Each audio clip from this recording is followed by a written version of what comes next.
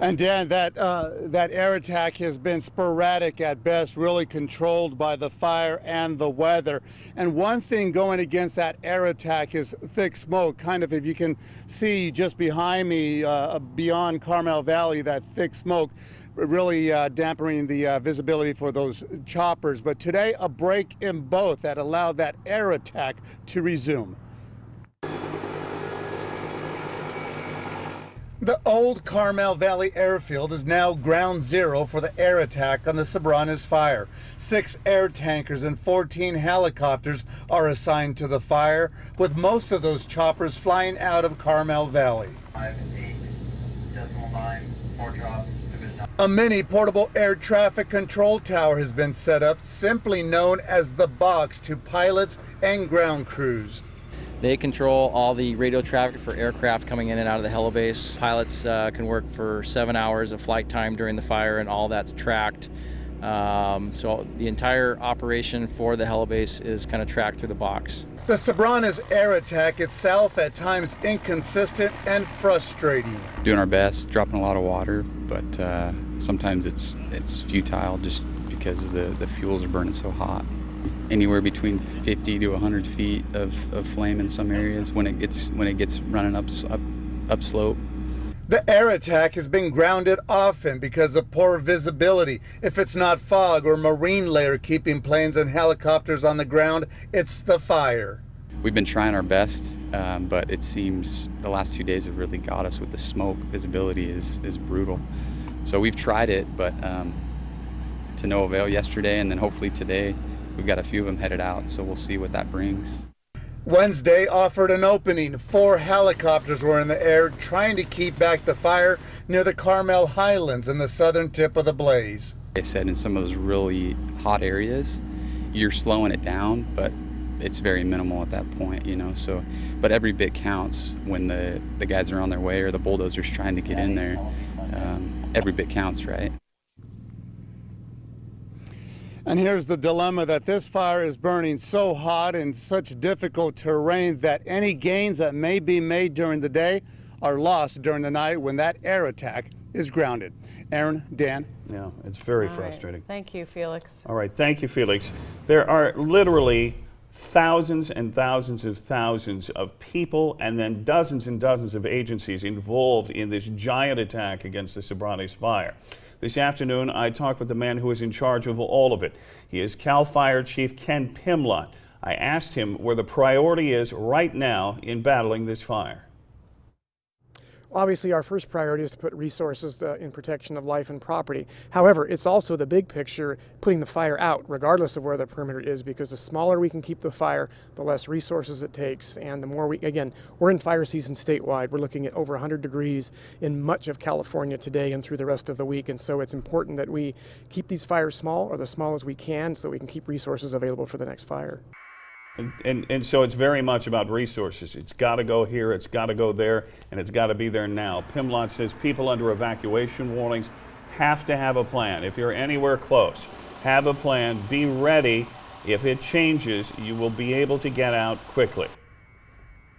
Meantime, 8 men are safe tonight after being rescued from behind the fire lines. CAL FIRE says the men went hiking 5 days ago, at least that was their story, and they became lost with little water or food. Once the fire flared up, the men said they didn't know which way to go. Bulldozing crews spotted the men yesterday, and crews evacuated them to a nearby campground.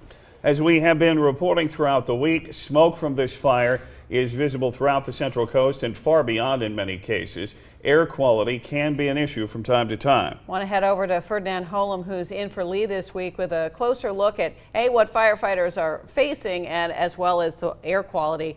You know, how is it looking out there? Yeah, well, look at this shot right behind me here. This is from Skycam 8 Soledad, looking down from Palo Escrito. Soledad down the valley floor right here. Normally we can see that. Normally we can see across to the pinnacles.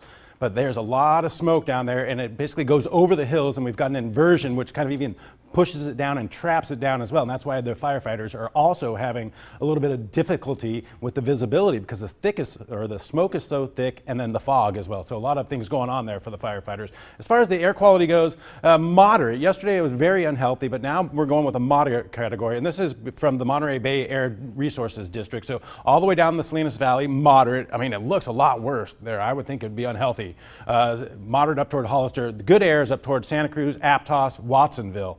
So again, that's what we're looking at for at least the air quality. And watch the winds here, mainly out of the west here. That's that sea breeze or the west-northwest. So it's pushing the low-level winds and the smoke down the valley. The winds will die off overnight tonight. That's great news for the firefighters. The smoke will go up instead of into our valleys and stuff like that. And then as we go through tomorrow, the winds will pick back up and again push more smoke down the Salinas Valley. The other thing we're dealing with are the upper-level winds, which are pushing the smoke way high, about 5,000 feet up toward the Monterey Bay, up toward Santa Cruz. So you see up there, you see the red hues. Those are the upper level winds wrapping around a ridge of high pressure. I'll show you that in just a moment there. Forecast, so tomorrow, west-northwest winds 5 to 15 miles per hour. Wind hasn't been too much of an issue, at least for the firefight. It's mainly the terrain and the visibility.